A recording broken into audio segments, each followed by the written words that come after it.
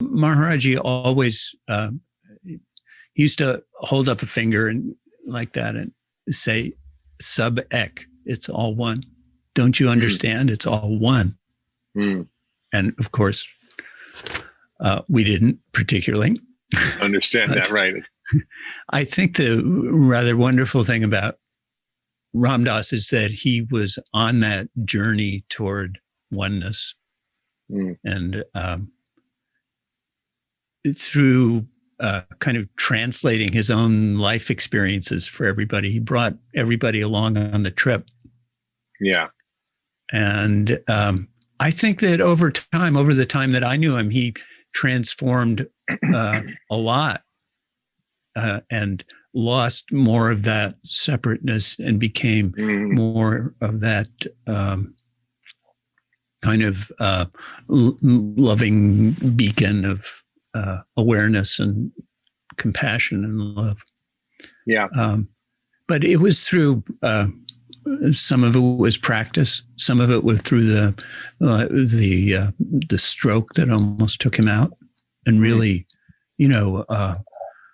sent him into a deep depression for a while because he thought he really lost contact with Maharaj. He had lost his spiritual,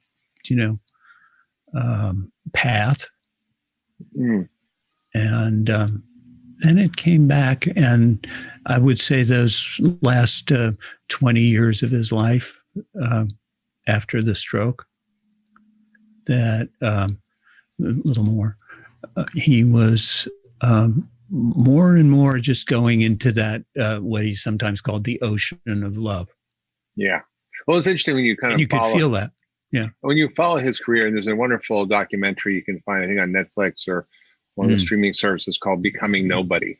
Yeah. And it's this beautiful sort of story of his life. And there's an audio sort of recording of a series of his lectures also called Becoming Nobody on Audible, which I encourage everybody to listen to. It's really just 5 hours or so. It's not long, but it's really sort of it's a fascinating exploration because, I think many spiritual teachers are like, well, I have it all together. I'm enlightened and I'm good. Yeah. And I'm here like on my pedestal teaching you. And, that always smells to me. Like for me, that always just smells rotten. And I don't believe it. Suspicious most of the time. Anyway.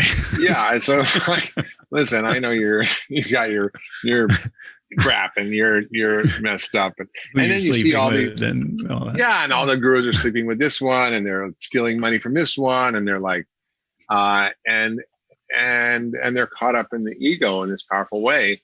And they're pretending to be somebody. Right. Yeah. And what I love about Ram Dass is he just came back from India and he's like, I'm just an idiot like the rest of you.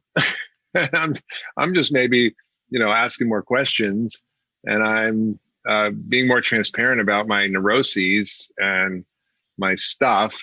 And here's what I know and learned, and maybe you want to try it on.